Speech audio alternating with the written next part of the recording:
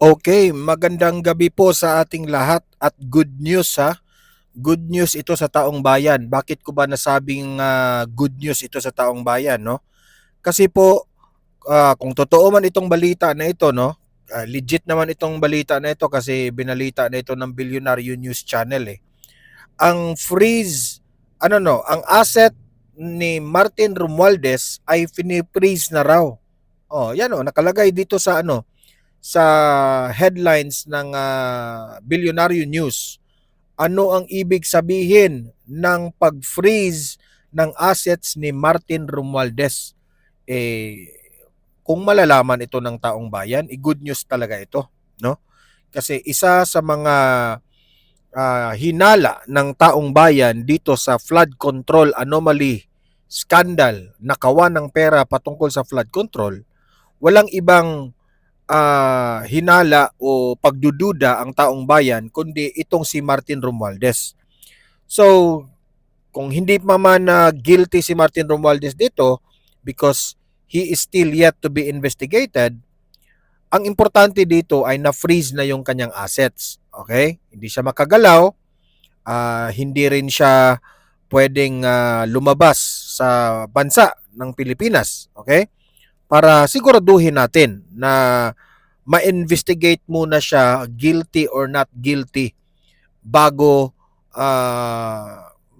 bago siya makalaya o makulong ba siya, 'di ba?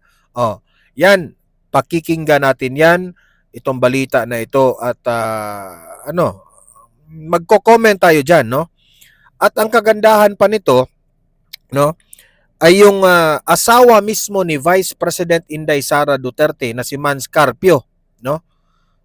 Nagsampa na ng reklamo laban dito sa BSP, sa AMLAC at sa mga miyembro ng Kamara.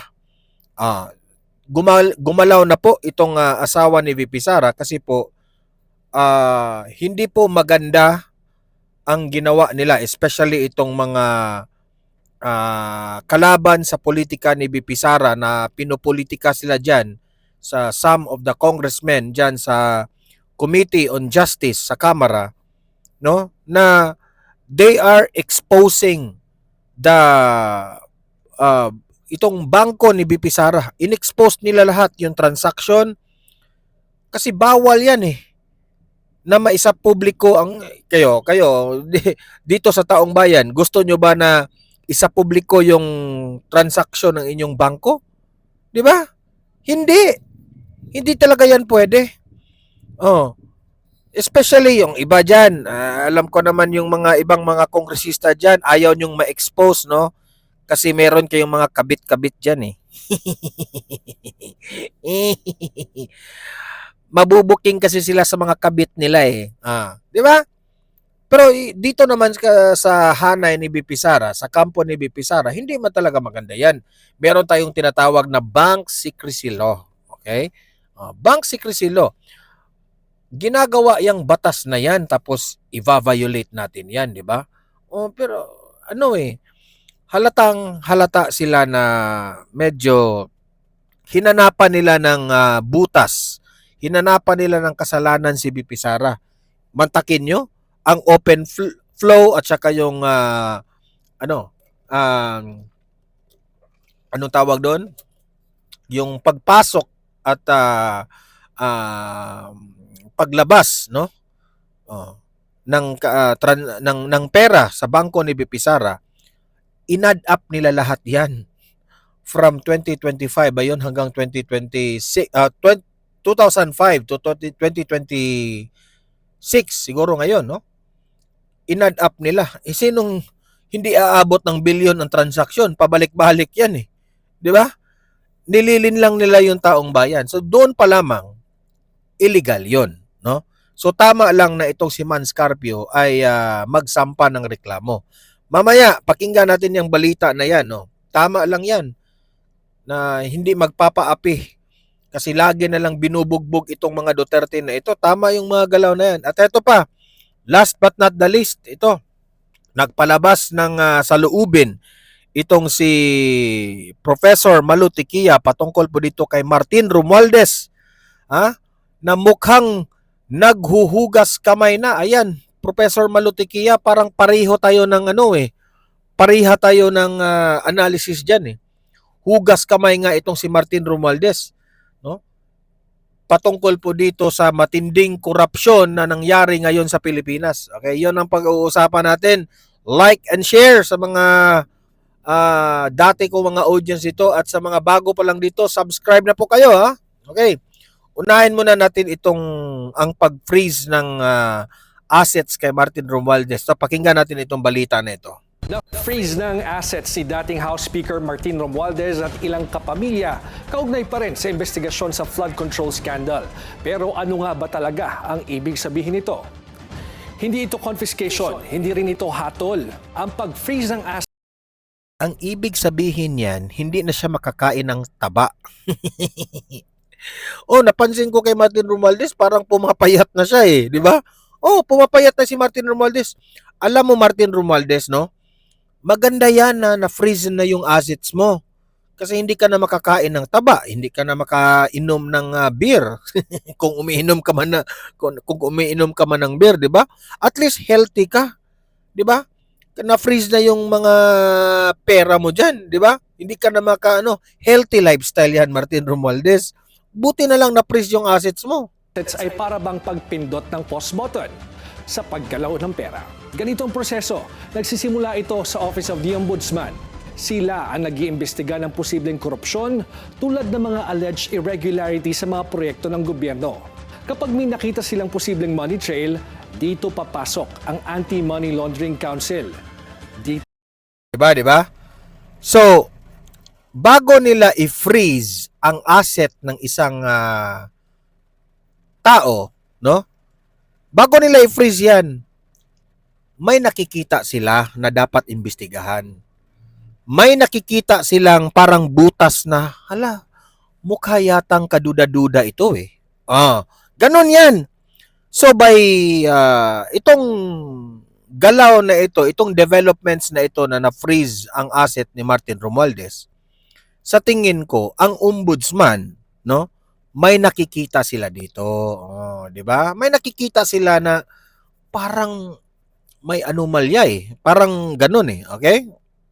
Yung follow the money. Sinusuri ang mga bank account, properties at iba pang assets kung may koneksyon sa posibleng illegal na aktibidad. Kapag may basehan, pupunta sila sa Court of Appeals para humingi ng freeze order.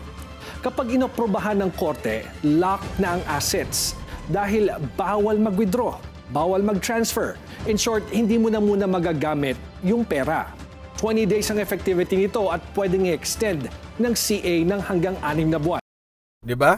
Ang dami na itong mga nangyayari. Pati nga siguro yung kay Zaldico, na-freeze na ba kaya yung assets ni Zaldico? Ang pag-freeze ng assets ng isang tao o ang isang politician, ano yan eh? Tiis-tiis lang. Tiis-tiis lang. Sabihan nyo yung mga kabit nyo dyan na tiis ka muna love ha. Wala muna tayong camping. Wala muna tayong camping love kasi naka-lockdown yung aking pera eh. Ganun yan.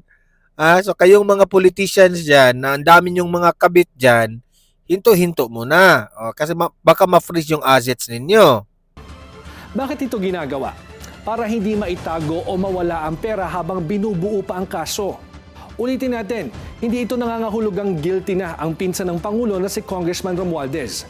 Protection lang ito ng Hindi guilty, pero may nakikita na dapat imbestigahan. Yun ang ibig sabihin doon, di ba? ebidensya at posibleng pondo ng bayan.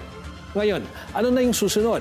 Kapag natuloy ang kaso, halimbawa, plunder o graft, doon na papasok ang Sandigan Bayan. Ito yung korte na naglilitis sa mga public official. Pwede rin sila maglabas ng utos tulad ng whole departure order para hindi makalabas ng bansa yung mga opisyal ng pamahalaan habang may kaso o habang binubuo pa ang kaso. Same thing that happened to... Ako sa totoo lang nagdududa talaga ako diyan. Kasi ngayong week na ito, si Rimulya, hinarang niya si Martin Romualdez, di ba kung maalala ninyo. Ngayon naman, fini-freeze yung asset ni Martin Romualdez. May duda talaga ako na, utos ito ni Bongbong Marcos. Duda ko dyan, nag-away-away na sila nagturuan na sila Ewan ko lang kung anong next move ni Martin Romualdez dyan ha. Congressman Romualdez matapos mag-issue ang Sandigan Bayan ng precautionary HDO. Kasunod yan ang hiling niya sa House leadership na magpunta sa Singapore para magpagamot. Hiniling na rin ng ombudsman na huwag payagang makalabas ng bansa si Senator Chis Escudero dahil rin sa di umano'y kinalaman nito sa flood control scandal. Balik tayo dun sa frozen assets. Kung mapatunayang ilegal ang pinagmulan ng pera, pwede itong ma-forfeit at mapunta sa gobyerno. Kung hindi naman, pwede ring ma-lift ang freeze order at maibalik ang access sa... So, ganito yan ha. Kung maalala ninyo, last week ba yun o last week?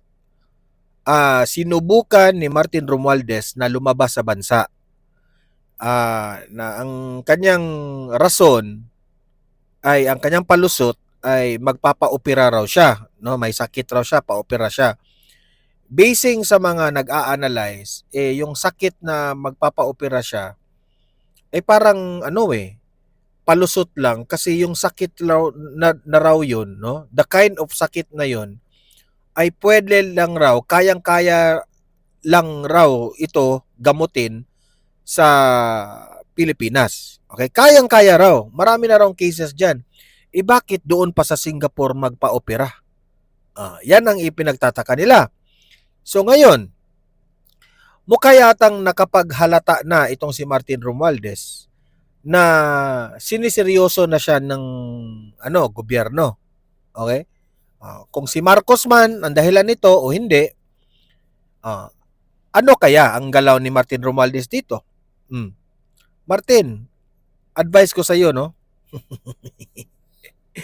Gayahin mo na si Bato. Sumama ka na kay Bato. Ha? Sabihin mo kay Bato na nakarma ka na. Yan. Kasi ginawa nila kay Bato yan Ginawa nila kay Tatay Digong. Mantakin nyo. Tama, parang unti-unti ng unti-unti ng naging totoo ang mga sinasabi ni former President Duterte. The time will come in a day of reckoning. Di ba? Aabot tayo diyan. Di ba? Within 4 years nanunungkulan ang si BBM. Itong 4 na taon, binugbog nyo ng binugbog ang mga Duterte. Pero sa nakikita ko ngayon, parang unti-unti nang bumabaliktad ang sitwasyon ngayon. Kapag si BP Sara makalusot dyan, no? Hindi naman siguro makalusot. Kapag si BP Sara ay mapatunayan na malinis yan si BP Sara, good luck na lang. Yan ang sabi ko, good luck sa lahat ng kalaban ni BP Sara. Babaliktad talaga itong script nila. Babaliktad yan. Trust me. Ari nito. Sa madaling salita, ang pag-freeze ng assets ay hindi parusa kundi pag-iingat. Isang paraan para masigurong kung may ninakaw sa bayan, hindi ito mawawala. Tandaan natin na kasama sa trabaho ng mga opisyal ng pamahalaan. Dapat, kung mag-isip kayo ng, kung laliman nyo talaga ang isip ninyo. Sa tingin nyo ba, si Martin Romualdez, ito kung nagnakaw si Martin Romualdez, kung nagnakaw. Meaning to say, hindi pa tayo sure kung talagang nagnakaw siya o hindi. Pero kung nagnakaw si Martin Romualdez, isipin mo muna, useless yung freezing of asset. Useless yan Useless yan. Kasi kung ikaw ba naman na magnanakaw ka, ilagay mo kaya sa bangko yung pera na ninakaw mo? Especially that you are a government official. Especially that you are a house speaker. Di ba? Ilagay mo kaya yung pera mo sa bangko? Di ba? Kung iisipin mo. Kaya nga sabi ko, para lang tayo naglalaro nito Yang freezing of assets ni Martin Romualdez, duda ako dyan, parang lang yan Parang para ipakita. Pakitang tao lang yan sa taong bayan. Si Martin Romualdez na freeze na yung asset. Pwedeng ganon pwedeng ganon. Pero Paano mo ma-freeze ang assets na yan? Nilagay ng maleta yung pera. Di ba? Sabihin nyo, i-freeze ang maleta. Ganon sana. Ay nako. Ewan ko na lang. Kahit i-freeze nyo pa yung asset ni Martin Romualdez, yung maleta dyan, pwede silang kumuha sa maleta. Ang transparency at accountability. So kung sinusubaybayan niyo yung kwento ng flood control scandal, mahaba-haba pa ito. Watch this, watch this. Dahil hindi pa tapos ang galaw ng kaso at hindi pa tapos ang money trail. Dahil sa ganito mga issue, hindi ito dapat maging full again moment para sa taong bayan. Dapat may linaw, dapat may pananagutan, dapat maparusahan ang mga dapat maparusahan. Alam niyo, sa totoo lang, para sa akin, taong bayan lang ang pinagloloko niyan. Taong bayan lang pinagloloko niyan. Pero mas mabuti na lang, no? I hope siseryosohin yan ng gobyerno itong si Martin Romualdez. Pero kung hindi man siseryosohin, watch out na lang kayo kapag si BP Sara na ang maging presidente. Kasi ngayon, kahit hindi pa presidente si BP Sara, gumalaw na ang asawa ni BP Sara. Okay? Nagsampa na ng reklamo ang asawa ni BP Sara sa mga abusadong nanggigipit sa kanila. Ito yung balita. Panoorin po ninyo, okay? Ito. Kakasuhan ni Attorney Mans Carpio, asawa ni VP Sara ang ilang ahensya ng gobyerno. Yan daw ay matapos ilabas ang kanilang bank records sa pagdinig sa Kamara. Yan ang Agenda Weekend Report ni Leon Bustillos ng Abante. Maaaring maliit na bahagi pa lamang ng kabuoang perang dumaan sa mga bank account ni Vice President Sara Duterte ang mahigit 6.77 billion pesos na mga transaksyon na na-flag ng Anti-Money Laundering Council o AMLAC.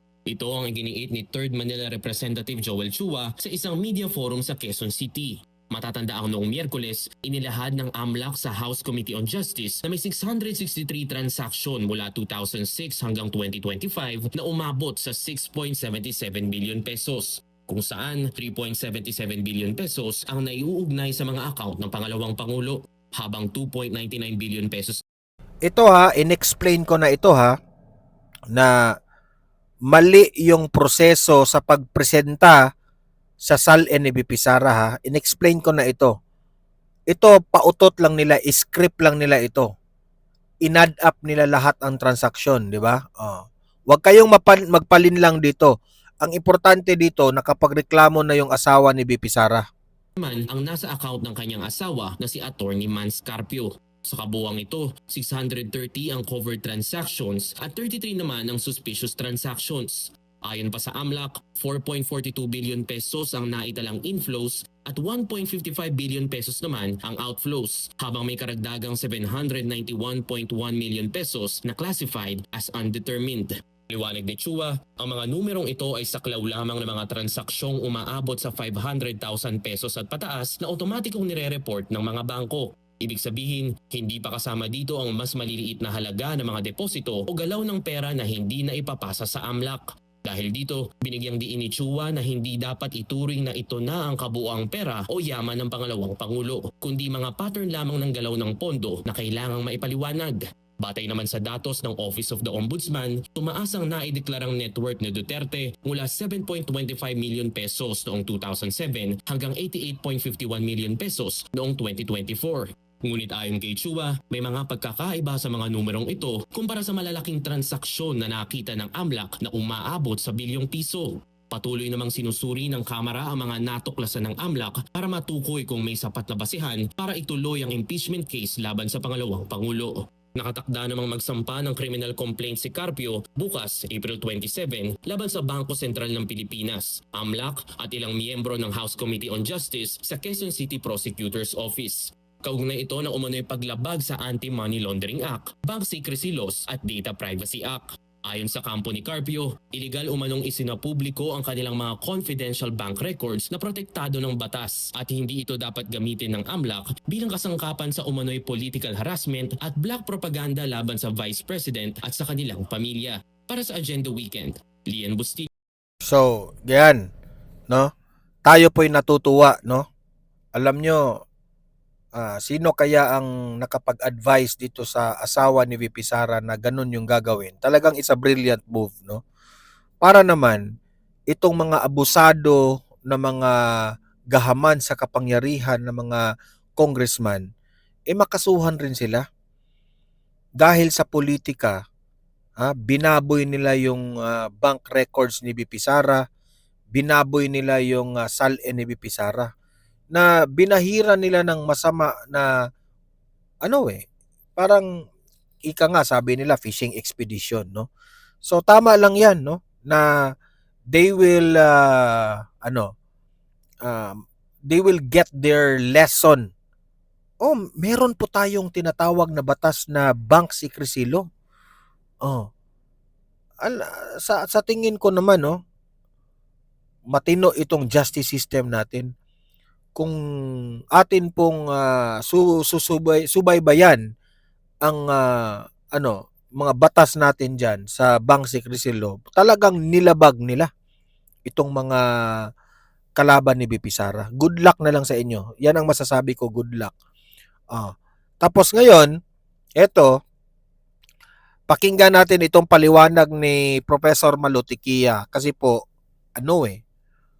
parang tama yung analysis na hugas kamay na ngayon itong si Martin Romualdez sa kanyang mga pinagsasabi. Ito, panoorin natin to. Kung susumahin natin lahat, para bang pag-amin nyo na meron ngang katiwalian na nangyayari doon sa kanilang pagbabudget sa mga nakalipas na national budget po natin, Prof? Oo, Admar. Talagang sinasabi na niya na nagkaroon ng problema, pero naghugas kamay siya at hindi siya ang kasama, hindi siya ang mastermind. Tinuon niya kay Senator Chis Escudero at saka kay Congressman Saldico. Yun namang si Saldico, chairman lang yun ng appropriations eh. Kaya medyo yung umpisa okay, maganda, hinihintay ng tao ano ang magiging katapusan. Yung dulo, parang itinuon niya dun sa iba at siya'y malinis, no? Ang sabi pa nga niya, ilalabas niya yung affidavit na sinubmit niya. Hinihintay ko yung itong araw na ito pero wala akong nakikita. Sinabi rin niya na ilalabas na yung listahan ng proyekto niya dahil hindi nag-benefit ang kanyang distrito. Alam mo, dun sa una namin pag-aaral, sinabi namin doon na merong 66 contractors in his district in Leyte province alone. Sa daming ganong kontratista, di madaming ganong proyekto at dahil maraming ganong proyekto, maraming pondong nabigay. Kaya hinihintay ko yung sinabi niya na ipapublic niya pero wala pa na nangyayari doon, no? At saka ine-expect ko bilang ikaw ang ama ng House of Representatives that you take full responsibility for what happened. Dinistinguish niya kasi ang implementation, ang command responsibility as being Common sense lang ang ibig sabihin ni Malutikia. Para bang, bakit ka ngayon parang hugas kamay ka, Martin Romualdez, na dito mo talaga masasabi na ikaw may pangarap kang tumakbong presidente ng Pilipinas. Alam naman yan ng surroundings mo, ng mga nakapalibot sa iyo, ng mga kaalyado mo, mga congressman. No. Una nang sinabi ni BP Sara na ikaw nangarap kang maging presidente. Ay una pa yung sinabi ni former President Duterte na ikaw may pangarap kang maging presidente. Yan ba ang gusto ninyo? Jamagno, ito ba yung gusto mong maging presidente? Mga loyalista, ito ba yung gusto ninyong sumunod kay BBM? Ito, si Martin Romualdez, na maging presidente? Na hugas kamay siya dito sa nangyaring flood control anomaly? Di ba? Dapat ikaw leader ka because you are the speaker of the house. Leader ka ng house. Wala ka man lang ginawa. Hinayaan mo na nagkaroon ng korupsyon. Hindi ka kagaya ni former President Duterte na I will take full responsibility dito sa war on drugs. Ikaw, leader ka, nangarap ka ng presidente, tapos nagka-problema yung liderato mo, may mga nangyaring korupsyon, tapos sasabihin mo, hugas kamay ka. Si executive yan eh. Ibiblame mo ngayon si BBM?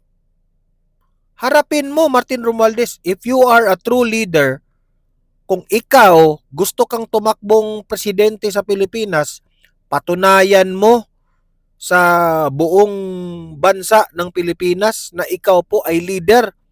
Harapin mo itong problemang ito. Huwag kang hugas kamay na hindi ako dyan, hindi ako dyan. Dapat you have to explain to the Filipino people how is it flowing, how is it happening, bakit, why is it happening, bakit nakalusot itong corruption na ito. Kasi kung hindi ka makapag-explain dyan, magdududa talaga ang taong bayan, nakasabwat ka dyan. Di ba? O, yun lang ang analysis ko dyan.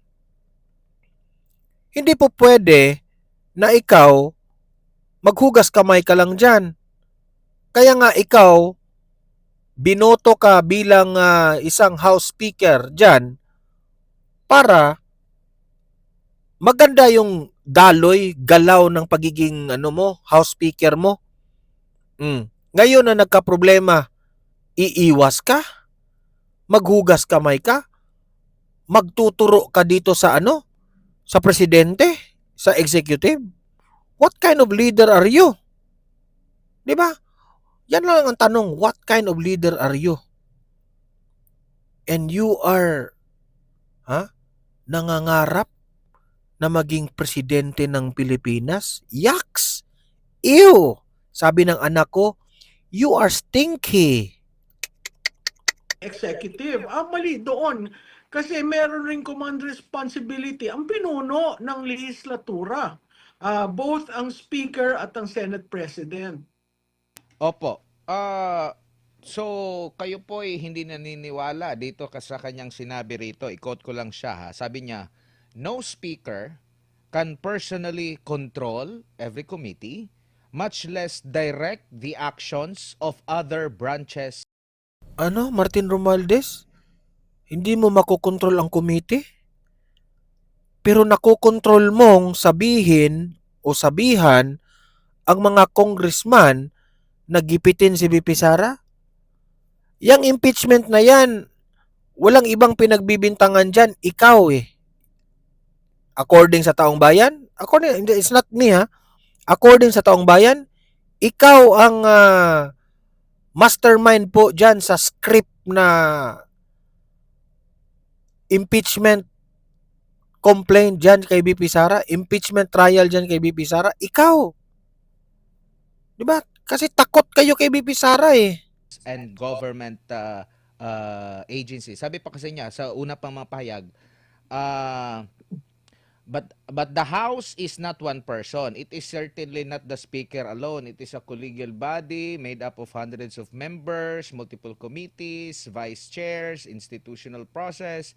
In fact, there are around 85 committees, each with its own jurisdiction, leadership, and members. Yun nga, no speaker can personally control every committee, much less direct the actions of other branches or government agencies. Alam mo, Admar, yung sinabi niya na no one person can control, tama naman siguro yon kasi ang legislative body is collegial. The decisions will have to be made in plenary. Pero yung sinabi niyang wala siyang control sa 85 standing committees, sa chairperson, sa madidiscuss sa plenary, sa anong uunang papasok dyan sa rules, yan ay call ng speaker. Kung meron siyang gustong diinan, kung meron siyang gustong committee na mag-take responsibility on a given issue, o kung may gusto siyang committee na, o gusto ko ito, ilabas nyo kaagad ha, na ganito ang linyahan. Yan ay sa ika-20th Congress na tayo, since 1987, napakalaki ng role ng speaker. In fact, kung maliit ang role ng speaker, dapat wala siya sa line of succession. Pero nasa succession siya, and it tells to everyone how important the role is. He might just be fourth in the line of succession, but truth and in fact, ang speaker, lalo na sa deliberative democracy, ay ninumbrahan niya ng Pangulo. Nakita naman natin nung pagkatapos ng eleksyon, ang dapat naging speaker ay si kinatawan Gloria Macapagal Arroyo. Pero dahil nag-express itong si Speaker Martin Romualdez ng interes, at dahil magpinsan nga, nag-giveaway si former Speaker Gloria Macapagal Arroyo. Anong ginawa niya? Just to show how powerful he is. Nung nakikita niyang may pagpupulong-pulong ang ilang kongresista sa South Korea, hindi ba inalis niya si Senior Deputy Speaker Gloria Macapagal Arroyo? Hindi ba siya ang may pagpili ng kung sino magiging chairman ng appropriation, chairman ng accounts? Yun ay very important committees. Kung sino ang members ng House of Representatives sa Commission on Appointment. So hindi utility lang ang speaker. Ang speaker ay sinusunod ng 345 members. So, mali yung characterization na ginawa niya. Siguro kaya niya yan ginawa dahil nga pinapakita niya na wala akong kinalaman dyan sa nangyari sa budget. Again, ang power of the purse is with the House of Representatives. So, imposibleng hindi alam niya yan, imposibleng hindi niya unutusan si Congressman Ko, at imposible na hindi niya rin alam ang small committee. Kaya nga ako sabi ko doon sa isa kong kausap kanina na dating politiko, sana naghayag na siya ng ano yung kinalaman niya, ilinabas niya ang small committee, no? At sinabi niya, oo, nagkamali kami dun sa paglalagay, at least yung realignment ng foreign assisted projects into unprogrammed appropriations, o yung paggalaw sa budget ng PhilHealth, hindi lang naman isang beses eh. Nandyan ang Maharlika Fund, nandyan ang PhilHealth, nandyan ang PDIC. Maraming instances at lahat yan lumalabas at nasasabing tama ang taong bayan dito sa ginagawang oral argument sa Supreme Court. Opo, at doon din sa kanyang pahayag, itinuro din niya itong sa executive. Kasi sabi pa nga niya dito, that is why command responsibility is far more logically relevant in the executive branch. Sabi pa niya dito, so if the allegation that there was systematic corruption in flood control implementation, then the public should ask the obvious question, where does implementation actually happen? Pero kung iko-connecta natin doon sa sa mga sa oral arguments sa Supreme Court kahapon, yung mga main project na inilipat doon sa yung mga unprogram na mga project nilipat sa program, yung mga nasa program nilipat doon sa di ba nasa Congress yung kapangyarihan na noon, bakit ganun ang nangyari? Oo, tama ka doon. Kasi ang Kongreso, ang power of the purse, hindi nila pwedeng taasan ang sinasubmit sa National Expenditure Program. Yun yung budget ng presidente. Ang pwede nilang gawin is to realign. Wala namang batas na nagsasabi, bawal mong galawin ang foreign assisted projects patungo sa program. Well, nagsasabing ganon. By tradition, sinasabi nila, yan standby lang. Pero magugulat ka, yung standby based on revenue collection ng bansa, doon lang mapopondohan ang program. Ang katakataka, bakit napondohan, di ba? Kahit nga yung for later release, wala namang policy dyan eh. Ginawa lamang yan nung huling administrasyon, kung natatandaan nyo, nagkaroon ng impasse sa budget, I think that was 2019. So nagkaroon ng for later release. Yun yung impoundment ng budget. Medyo technical. Pero ang kasagutan dun sa iyong tanong, hindi mo mahuhugas kamay na hindi mo alam ang nangyari sa budget. Kasi every step of the way, naandyan ka. In fact, kung titingnan mo yung valedictory niya at the end of every session, parating niyang ina-upload ang members ng House. Yan nga ang argumento dyan eh, di ba? Kung iisipin mo talaga, siya sana yung unang nakaharang dyan sa flood control anomaly o bago nangyari yung nakawan sa flood control, siya sana ang unang taong maharang niya ito mga korupsyon na ito. House Speaker siya eh.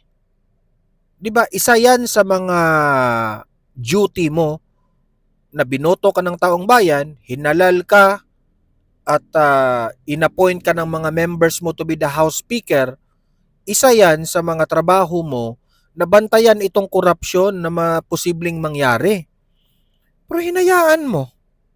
O kung aside from okay, for the sake of argument, let us say hindi mo hinayaan. Pero lumusot. Bakit lumusot? Hindi mo binabantayan. O anong pwedeng ikaso sa iyo? Negligence of duty? 'Di ba? Diyan pa lamang isipalpak ka eh. Let us say hindi ka nagnakaw diyan sa flood control na 'yan. But ang kasalanan mo sa taong bayan, hinayaan mo, you are very kagaya, let us say weak ka. Weak kayong magpinsan ni BBM. Weak ka to the point na hindi ko alam kung nagbulag-bulagan ka ba o sadyang bulag ka lang talaga na yung mga members mo ay nagnakaw na. Yun ang point eh. Yun ang point dito. Walang ibang managot dito sa palpak na ito kundi kayong leader. It will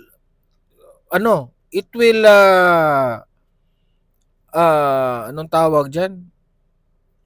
Parang ma-back to you kayo sa mga ginagawa ninyo. Alangan naman ang sisisihin natin yung barangay Tano doon sa Purok 3 ng barangay ng Batangas. Hindi naman siguro. Walang ibang pagbibintangan diyan, kayo. 'Di ba? Na nagawa nila ito, na isa tuparan nila ito. So it is not as if he does not know.